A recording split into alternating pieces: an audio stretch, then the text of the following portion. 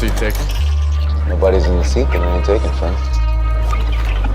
So this is, Sabacc? Sabacc.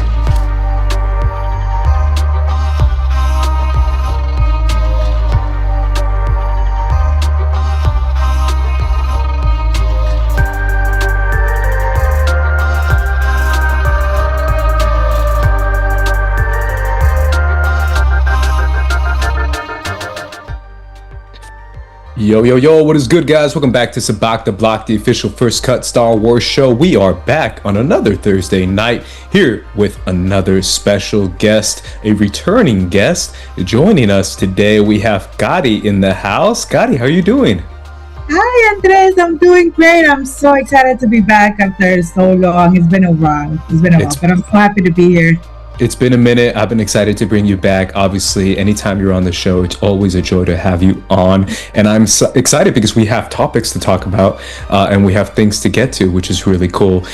First things first, Kari, we always start off with our Star Wars story. But since we've heard your Star Wars story and we know your Star Wars story, I want to do something a little different. And I think this might be the first time I've done this on this show. And I want to talk about Star Wars fandom and how are you feeling about Star Wars in general and where we are right now with our favorite universe. Kari, how are you feeling about the Star Wars fandom and where Star Wars is right now?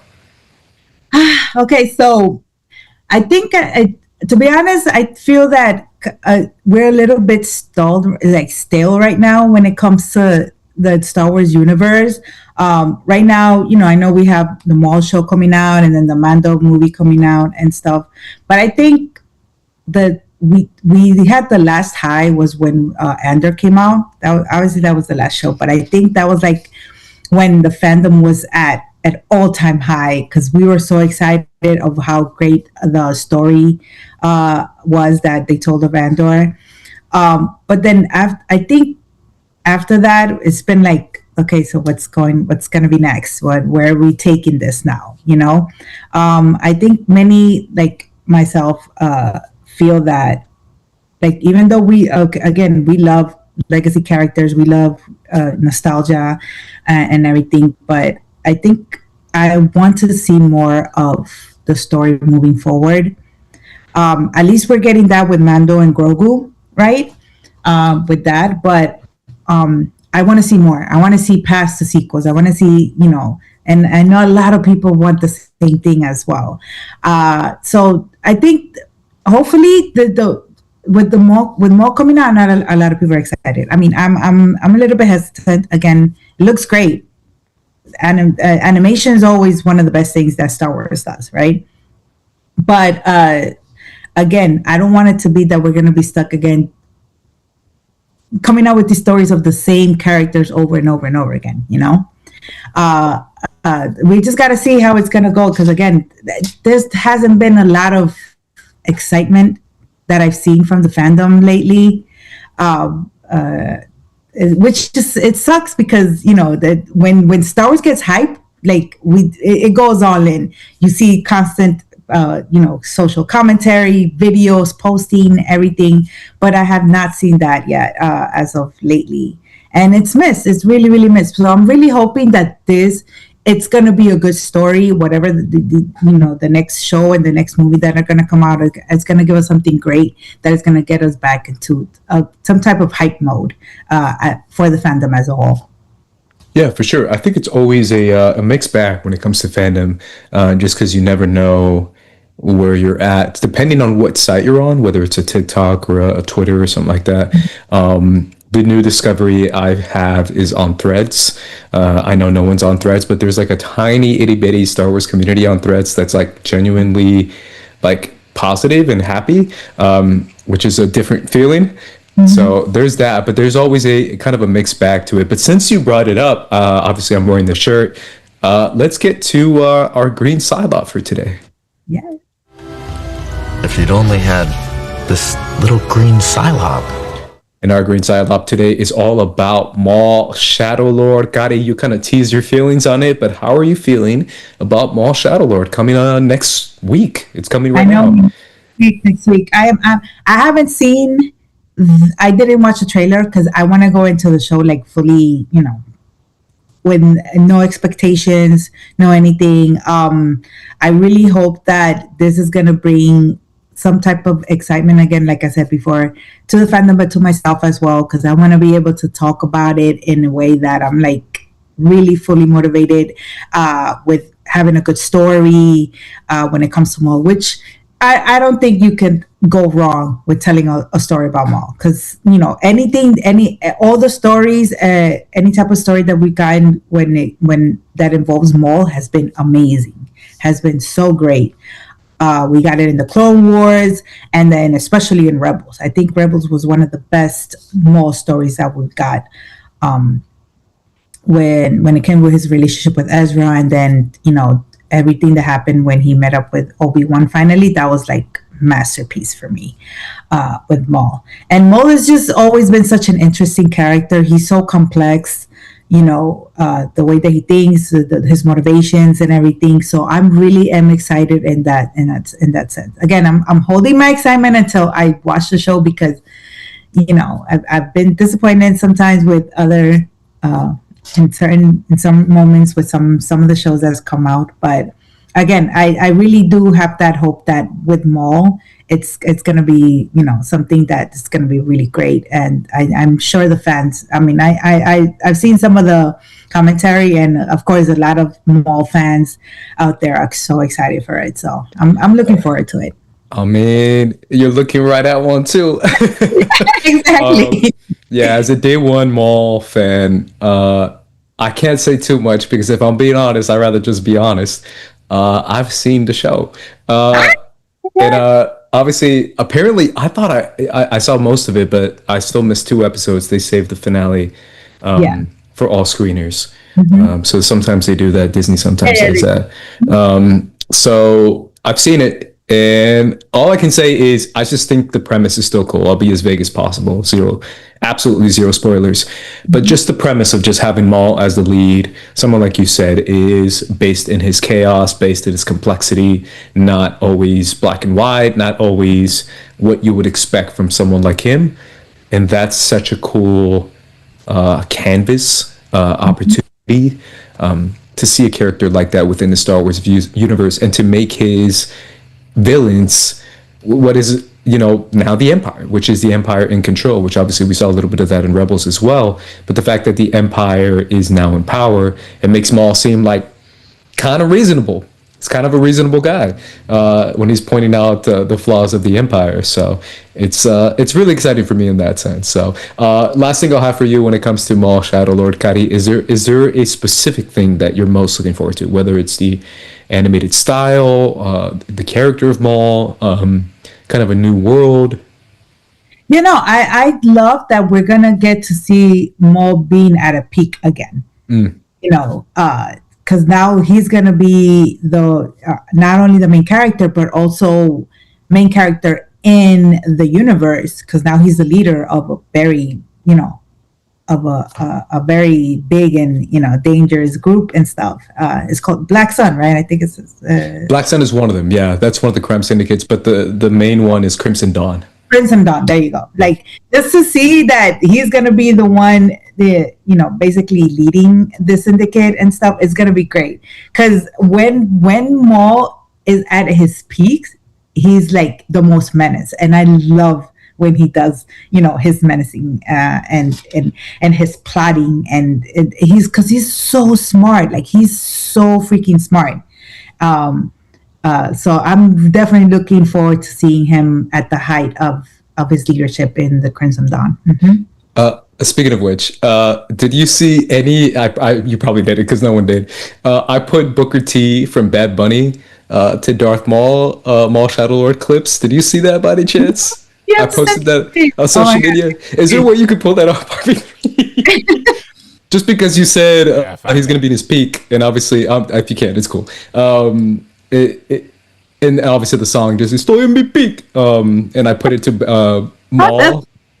Yeah, and he's like swinging his lightsaber around. Yeah. So I did two. I did one where that's one of the songs, Booker T, and I just put a 20-second clip. Yeah. And then I did one with one that RB3 liked was a Knife Talk by 21 Savage. When he's just saying gang shit, and it's just Maul swinging his lightsaber. Yeah. Was it on TikTok? I put it on on this channel. Unfortunately, I don't have a Sabacc TikTok. I should put it on TikTok though. But I thought it was funny. First cut TikTok, why not? Yeah, I should totally do that. Yeah, I haven't done that. Put it on First Cut, yeah. Yeah. But obviously, if you can't pull it up, everything is fine. But I just thought it was funny when you said that because that's also my thought process is that he is in his prime. Soy un rey, campeón, busca el ti. Estoy en mi pick, estoy en mi pick. Mírame lo que me convertí. Yeah, that's it. I thought it was funny because I thought it fit. It's he is in his peak. He is in his prime. So yeah, the only thing I did see was because everybody was sharing that clip of that they put Duel of the Fates in it. Yeah, you mean the new edit that came out? Mm-hmm. Yeah, it's so good. Like they put a little clip and it was him fighting or something. It's just his fights are always epic, just because he's so like extra dramatic. Like I think he almost likes to go up to like Anakin level, to Darth Vader level of dramatic when it comes to fighting, and it's beautiful. He fights so beautiful. It's such a beautiful choreography whenever he does. And again, it's the menacing.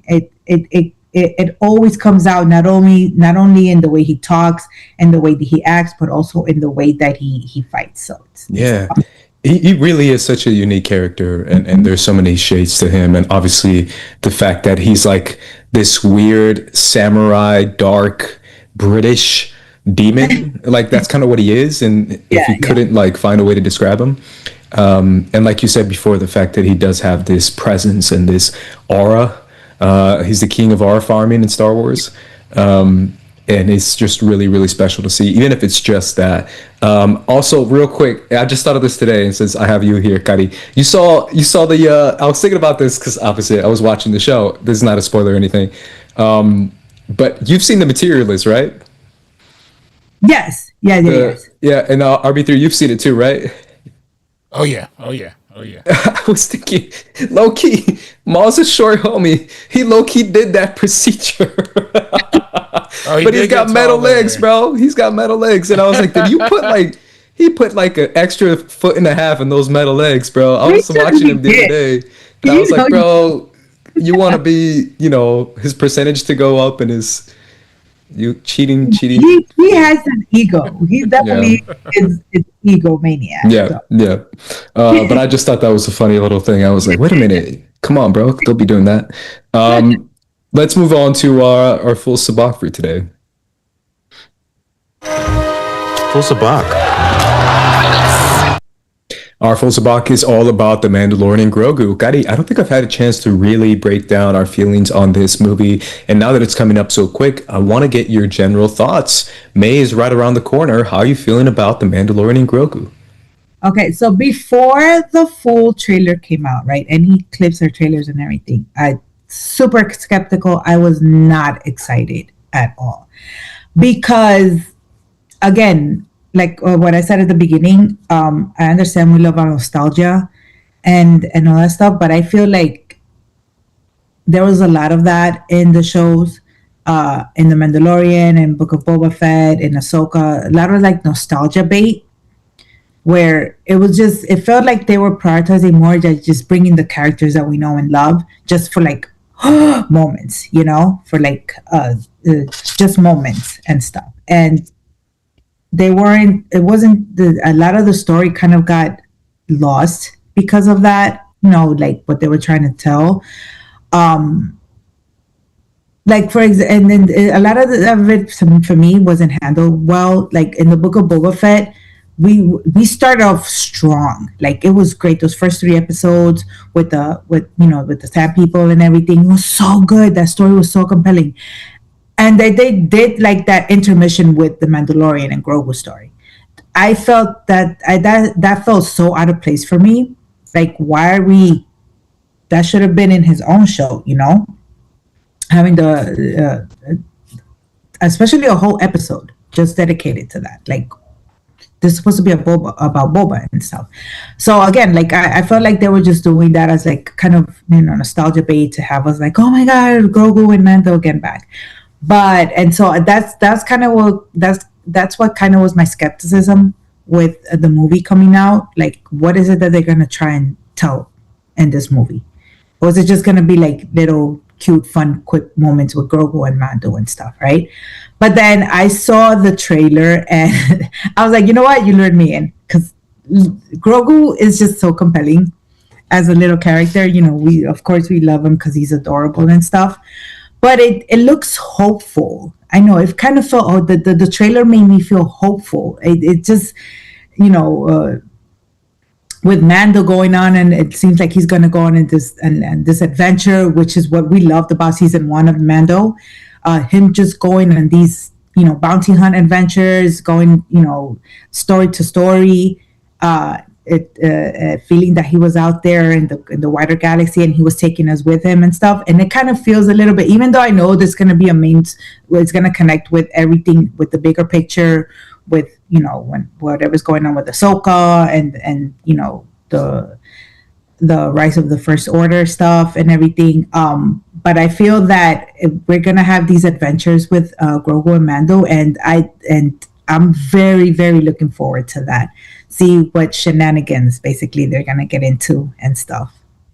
Yeah, it does. It looks, the last trailer really sold it for me as well. When it comes to, it is just a good time, and low key, I think I'm okay with that. I think I'm more okay now that it will be mainly just a fun, cool adventure.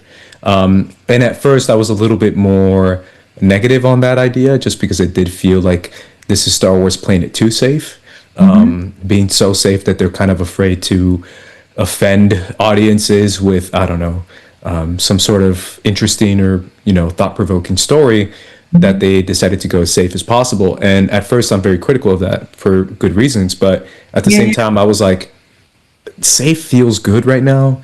And if it is going to be a good, fun adventure with a character we can root for, like a Mandalorian, I can't hate too much. So that's how I'm feeling as well. How do you feel about the idea that this is the first Star Wars movie we've had since Rise of Skywalker? Oh well, I think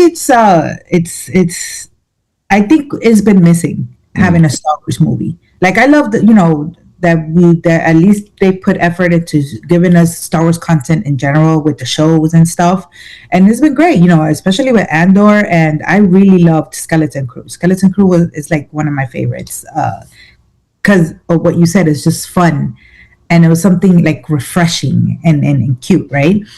But I think I miss the big screen. I miss seeing Star Wars in the big screen, and I'm glad that it's going to be a movie that's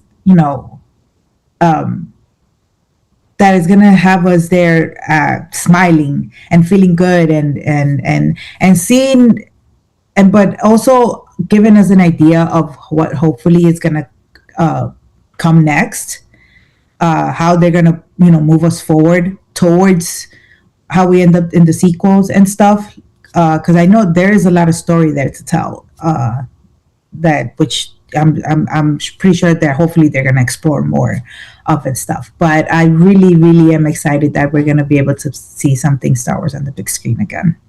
Yeah, I think it's important to see a Star Wars movie. There's something more magical about that than anything else.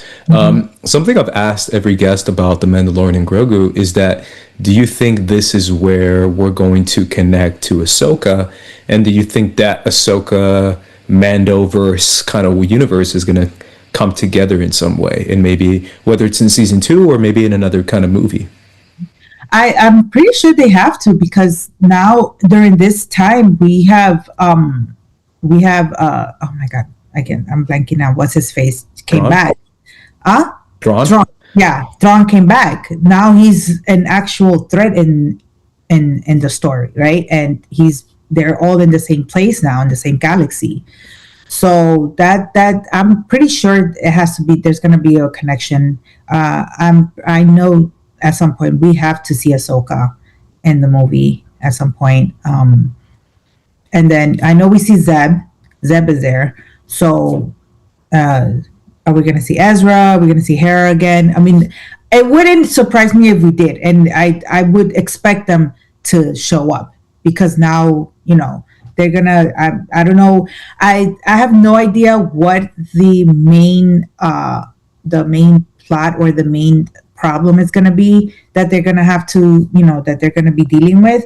But I'm assuming it's going to have to deal something about when it comes to Thrawn. And he's gonna be the evil that they're gonna have to come together to kind of like go against.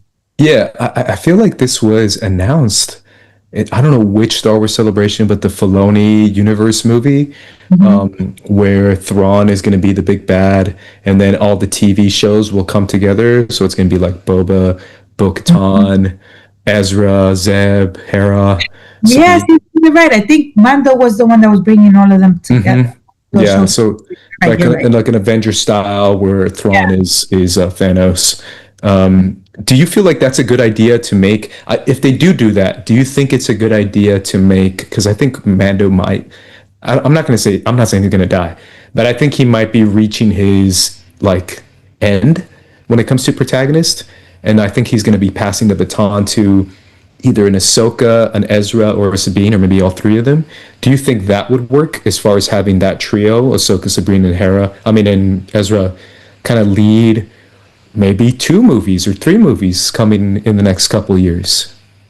I think that, I wouldn't be mad at that because, like you said, like we've had a lot of story with Mando already. And I think his main concern has always been Grogu and like kind of teaching him and leading him and stuff. And at some point, like, what else is he gonna do? At his age, he's already been through a lot. I'm pretty sure he's been wanting to like just kind of like wind it down already. And if we see Grogu already kind of growing up, and he sees that there's something that he's gonna have to let Grogu go at some point, I think I wouldn't be too upset if somebody else keeps on with the lead. Yeah, I think it'd be very interesting, and I think it obviously leads to different opportunities. Kari, when it comes to Star Wars movies, I have to ask about Star Wars Starfighter. How are you feeling about that one? That's another one that I'm like, what are we doing here? Like, I don't know what, so the one thing that I do like is that we know it's post-sequel, at least. I think it was 5 years after the sequel, the Rise of Skywalker. So that it has that going for me, right? But other than that, I don't know what I could be excited about with the movie. Yeah, Sean Levy kind of ruins it for me. Anything I could be excited about, I'm like, Ryan Gosling's cool. I like Ryan Gosling. I saw Project Hail Mary. He's cool. I've always liked him. But like, as soon as you say Sean Levy, I'm like, oh no. Right. No. That's the worst choice for director. I stand by that. I'm not a fan of Sean Levy either. So that's why when it first was announced, I was like, oh, Starfighter. Of course, when something first gets announced, you're always like excited because, oh, we're getting a Star Wars movie. And then the second thing was, oh, it's post Rise of Skywalker. I was like, yes. But then more stuff started coming out. I'm like, I don't know. I don't know. I mean, again, it's a movie. At least we're getting something because Star Wars keeps teasing us and like blue balling us. I'm sorry. With the movies and any movies that they announce and stuff, because then at the end it's like, oh, we don't know yet. It's been postponed. We don't know if it's gonna happen or not. Like Dawn of the Jedi. Like that's one of my big ones. I'm like, why are we not moving forward with this?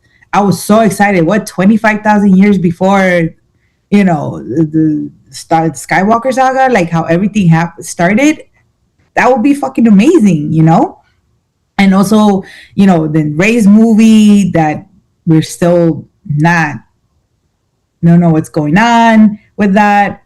So it's exciting that, or at least we're getting something, but that's definitely up to once it comes out. That's the only way I'm gonna be like, all right, I can say something, because right now I'm really not excited about the movie at all. Yeah, I think I I think I might be done with Star Wars if they cancel the Rey movie. I'd be so mad. But I think it'd be a good opportunity, and I really hope somebody in the room, I don't know, like somebody in this room with Filoni said this, because I think it's just obvious. If Starfighter leads to the Rey movie somehow, maybe that's his mission in this movie. Obviously, they kept talking about like he has to take a kid somewhere to point A to point B, and he has to protect the kid because the kid is special. Yeah, and I was like, that's a perfect way to. It's a basic ass story, but it's a perfect way to introduce Rey back in the picture and maybe lead into the Rey movie. Yeah, yeah. Now that would be that would not be a bad idea at all. But it's crazy because Rey and the Rey movie got introduced in Star Wars Celebration London, which was what 22, I think. Yeah, and I would have figured by now we would have had already already started filming. At least we have a script. What's going on? Like how do you make such a big announcement and then do nothing with it? Yeah. The only thing that keeps me hopeful is that they recently, I mean, I got to take what I can get. They recently fired the writer, I want to say like 8 months ago or something like that. So they completely redoing the script, which gives me some hope that maybe they're, really trying to get this. And then the second hope I have is that every time they ask Daisy, she still says like, yeah, it's happening. Yeah, she's at least, yeah, you're right. At least that's the only thing that keeps me going. But then again, this is Hollywood. The actor could find out tomorrow that they've been scrapped. Yeah. So you just never know. When it comes to the future of Star Wars movies, Kari, is there something you would want to see? Some sort of maybe a different genre or a different part of the Star Wars universe you would want to see? I want to see that was a hot topic like not too long ago. The Kylo Ren movie. Yeah, the Ben Solo movie. Yeah. I would not be mad at that at all. Yeah.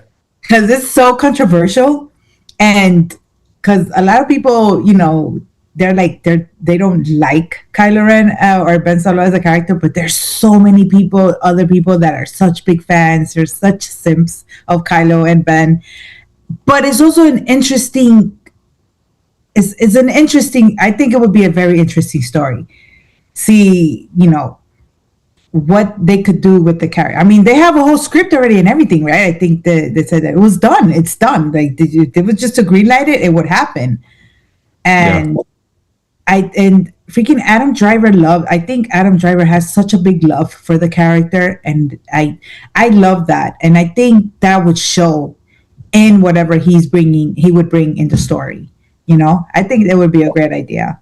100%. I mean, one of the best working actors today, wanting to do this movie and wanting to come back into this character, that should be a treat. That should be a layup for Disney and for Lucasfilm as far as that. And then Steven Soderbergh, a director who not only has a really big name in Hollywood, but as RB3 and I have said before, is one of the most detailed directors. Like, he knows how to handle any kind of budget. He knows how to finish on time. He knows how to wrap on time. He knows how to edit on time. Yeah, like, this guy puts out movies like every other month, so he knows what he's doing. It's just a gimme. I really hope they announce this now. Like, if not now, like maybe Star Wars Celebration next year. But I think it, like, you see the excitement from both Adam and Dave. Like, and I feel that when somebody is that excited and that committed and that, like, really rooting for this to happen, I think that translates into the story and into the movie, and it makes you feel that it gives you a hopeful feeling that it's gonna be a good one. Yeah, and apparently Kathleen loved the script, and Adam loved the script, and again, that's another thing that you have to really pay attention to, and the fact that, in my opinion, Adam gave one of the best performances we've ever seen in Star Wars. With all those 3 movies, I thought he was amazing. And obviously, as I said before, Oscar-nominated actor, one of the best working actors that we have today. I think it'd just be really disappointing if they really do move on from that completely. Yeah, well, we got to see now, because, I mean, I'm glad that Kathleen came out and said in public, that she did like it, because now, you could see that it's not just her decision. These studios are the ones kind of like stalling everything. Yeah, if anything, it was Bob Iger himself, I think, is what she hinted at, who's now gone, ironically enough. So hopefully that'll open the door and the opportunity for someone else. Dave, what is Dave Filoni gonna do? Yeah, Dave Filoni, and then the new guy, his name is Josh D'Amario, who runs Disney now. So hopefully, I like that Kathleen interview, because I only saw the first interview she did, but then the second one, I was like, she really made it a point. She literally said, "Hey, you got to take risks. That's what you told me. You got to take risks, and I like this script. Sometimes you got to take a risk. You can't just, move on from everything and say no to everything." You need to learn from Andor. That was a huge risk. Huge risk. Yeah. When it was announced, a lot of people are like, nobody asked for this. Nobody asked for this. Why are they doing this? And nobody could even imagine what kind of story they could tell with Cassian Andor. Like, yo, dude, he died. Like, what are we gonna do? What are we gonna tell? And one of the best freaking stories, not even just for Star Wars, but in general. Yeah, I think there needs to be a return to being bold. And I think what freaked them out, which I think is so disappointing, is the Acolyte. I think the Acolyte was super bold and crazy and creative. And I think that scared Disney because they saw the backlash of it. And now they're kind of retreading into Super Safe, which is like Mando and Grogu and Starfighter, two super safe projects. But I really hope they go back to being bold, creative, diverse, both in front of and behind the camera, and in filmmaking and in style. Not just diverse as far as people, but diverse stories, diverse genres. I just really hope that Star Wars tries to do something different. Yeah, and I think that hopefully, one thing that I kind of with Ahsoka, the way we ended it, I think that ending could be something very interesting when it comes to like telling a story that it's lore centric. When it has to do with the more, like, because it was hinted with the father, the son, and the daughter, and that could be a very, very different type of story when it comes to like the type of stories that we have from Star Wars, because it could be very very serious, focused on just lore, and I think that would be really cool if they did do that. Which I think they are, because that's what they hinted on at the ending with Ahsoka, right? So yeah, I think they'll continue that story, and I think it'll be incredibly exciting. Kari, let's finish up with a Star Wars ranking that I thought would be fun, and it's going to kind of test our knowledge a little bit when it comes to Latinos in Star Wars. So obviously we could do our top 3 Latinos in Star Wars, or Latino Star Wars characters, but I wanted to do a little bit tougher, make it a little bit more bold, and do top 3 underrated Latino Star Wars characters. So I want to start with you when it comes to, we'll go 3, 2, 1, work our way up. Who is an underrated Latino Star Wars character that you think deserves more love? The first one I'm gonna say is Benicio del Toro as DJ in the Last Jedi. I love him. I mean, we didn't get him for too long, but Benicio's just an amazing freaking actor. He's phenomenal. And the way that he interpreted DJ, it was just so good to me. He brought all of that, the character being who he was, double crossing. That's just the nature of his character. So Benicio did it amazing. I loved him as DJ. Yeah, it's a really interesting character. I've grown to really appreciate it. I think at first maybe I didn't like it as much as I thought I would, maybe because I heard it was Benicio and I thought it was going to be something different. But I've learned to like it a lot more, especially rewatching The Last Jedi, a movie that I really like, I really love, to be honest. And it's something that is so unique and it's so different that I really do appreciate it now. My number 3 is a recent one, and I think it's one that, to be honest, I haven't seen the full thing because I'm not much of a gamer, but shout out to Vess. Vess is my number 3. I was going to say that. Oh, wait. My number 2, Kim Humberly. There you Yes. go. Yeah. I think she's cool, and from what I've seen from her, I've seen a lot of gameplay. She's a really cool character, a really cool character that I really hope we get to see more of, and that's one that I think deserves a little bit more love. Yeah. No, she was really excited when it first was going to come out. She actually followed me on TikTok. I was like, oh my god. No way. Yeah. She's so nice and so fun. Like she seems so fun and stuff. So, and seeing some of the gameplay and stuff, the character is really, really cool. And she voices it. Like the voicing is incredible. Yeah, I got the chance to briefly meet her at a Comic-Con event that RB3 and I went to. RB3 and I went to it was an Amazon party. Okay. And she was there too. The Rings of Power was there as well. The whole cast of Rings of Power was there. I met homie, my favorite elf, Ismael. Legolas? Yes. No, Ismael. Ismael Cruz, yeah. Yes, I met him. We took a picture together and stuff. I went to one of those Amazon ones too, and I met him too. No way! When the first season came out, I was my friend invited me to the red carpet and the event. Yeah, and I met him too. Incredible. He's awesome. Yeah. That's crazy. Yeah, he was really cool. He was awesome. Yeah, I got the chance to meet him. I was like, out of everyone here, I just want to meet him, and then I want to meet Umberly. And I briefly met them too, just to shout out Latino love. That's all I'm gonna do is just show Latino love. But the cast of The Boys was there too. A show that I've fell off, so I didn't really know. But when it comes to that, she seemed really nice. She seemed very excited and very nice. So shout out Vess. Kari, that is your number 2. Yeah, that was my number 2. What's your number 2? My number 2. Oh, that's right. I still have a number 2.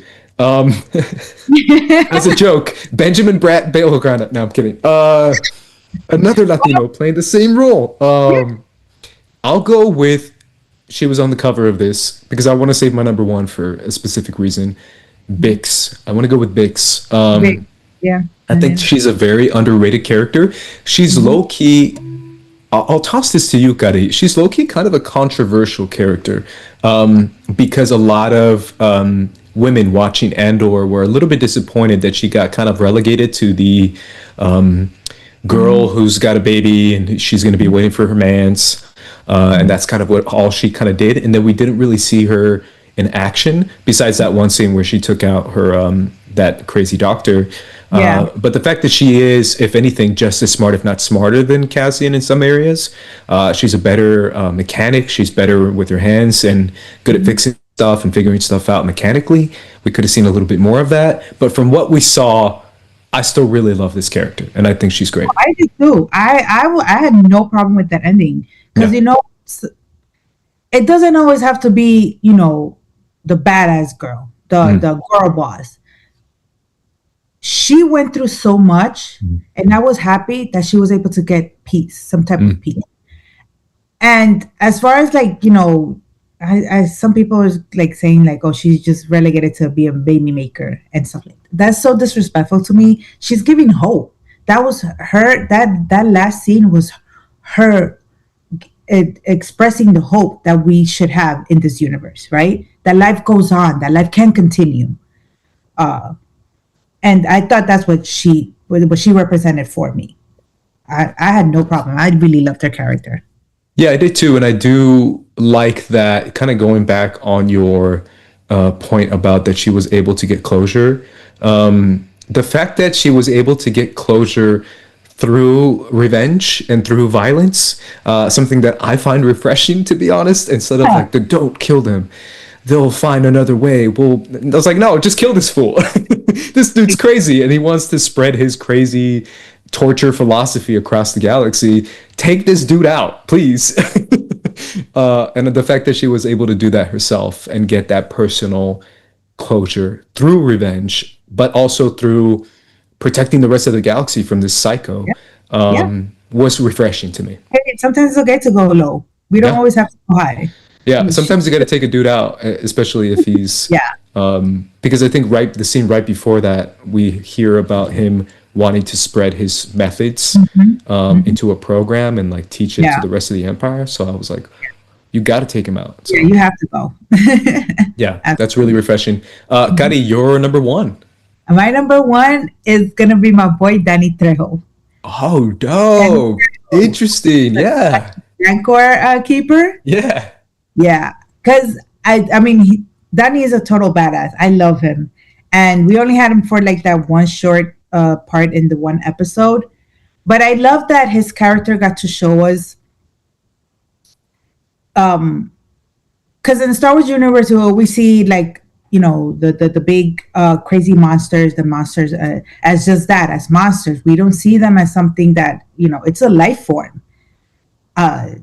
Sometimes they don't have control of who they are because that's their animal instinct and stuff. And I love that we got to see Danny kind of showing us, giving us that other side, of the Rancor. Just all we had, the only image we had of the Rancor was what happened with Luke. Return of the Jedi, yeah. Return of the Jedi. It's just a monster, and it's just there to like cause, to do bad stuff and stuff. And then he came in and showed us this other completely sweet side of the monster, and I really love that they chose him to this because he's also such like a badass. You would think that they would get this role of being like somebody bad or some badass type of thing, and ended up being that it showed us that no matter what you look like, your appearance and stuff, there's always something else there, another side that that sometimes we prejudge and we don't get to see. Absolutely. Yeah, that scene is very touching and powerful, especially if you're an animal lover like I am. And the way he says like there's like a misconception or they're not being properly understood, or there's a misconception about rancors, and yeah, and that you have to treat them well and they just want to be treated with respect as anyone else. Yeah, a lot of people made the connection from that to like the way people treat pit bulls, the way people treat certain animals and certain species and assume the worst of them when again they're just creatures.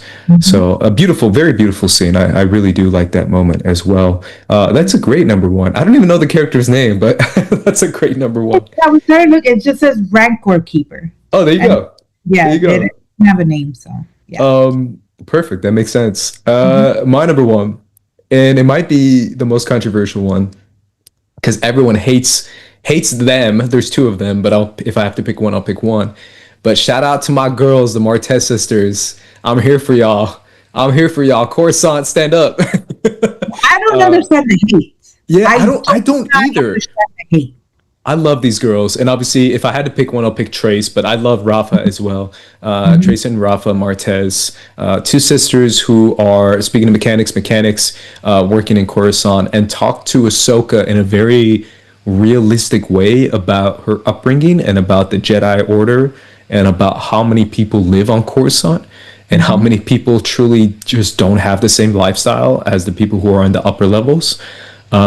Really cool stuff, really cool girls, and a cool set of episodes in the Clone Wars, and truly some of my favorite, honestly, Latino characters period in Star Wars. Yeah, and I love that because their characters put a lot of stuff into perspective, like kind of brought Ahsoka into the reality of how things really are. It's not just dark side, light side. The far galaxy here, right here in the depths of Coruscant. It's real life. It's real people going through real things, Yeah. No, it hit really hard, and I think it made the point that they were trying to get across worked really well. And they have some fun, funny moments as well that really work well. And they got a good look, good style. And they have the fun little Echo moment as well. I don't remember the Echo joke. Is there an Echo in here? And then Echo shows up. He's like, "What's up? What you need?" So I think their characters were great, and I think their episodes were great in Clone Wars. So that's why the Martez sisters, or Trace Martez, is my number one. Dope. Kari, thank you so much for doing this. I appreciate your time. So much for having me. It was so much fun. I'm so happy that I was able to come in. Absolutely. Where can everyone find you? So you guys can find me EstarGuarsTia, same name right here. I'm on TikTok, on Instagram, and Twitter with the same name handle. Dope. And you can find me at Squad Leader Ace. Make sure you subscribe to Sabacc the Block, our new Star Wars channel as well. Subscribe to First Cut if you haven't done so already. RB3, where can everyone find you, man? You follow me on Twitter and Instagram at DirectorRB3. And make sure y'all check out the link in the description for some for some Sabacc the Block merch. For some Sabacc the Block merch. We got hats, we got t-shirts, we got hoodies. More to come. We might be having some mugs. Let me know what some ideas y'all would have for Sabacc merch, by the way. Phone cases, we can do it all. The world's our oyster. So hit us up. Link in the description for the merch in the description. Yeah, I like the idea of mugs. I think mugs are cool. I'm still rocking that Landmark Peruvia candle you got. We got some candles out here. That'd be dope. Oh yeah. Candles and everything. Okay. Nah, That'd be sick. We'll get there eventually. We won't. But I love merch. And also, I just want to say real quick, thank you, Devontae Hutley. He keeps saying I'm the only one here. I'm the only one here. Yes, you were the only one watching. Yes, thank you for watching this all the way through. Salute. Salute to you. Thank you. And he said we don't need a Rey movie. That character can retire and never be seen again. No, thank you, bro. Appreciate you guys joining in. Like I said before, make sure you guys tune into Sabacc the Block. MAUL Shadow Lord comes out next week, so I will be posting videos on it. So either way, guys, for the Sabacc the Block crew, we're gonna be peacing out. So peace, deuces. Nobody's in the seat that I ain't taking, friend. So this is Sabacc. Sabacc.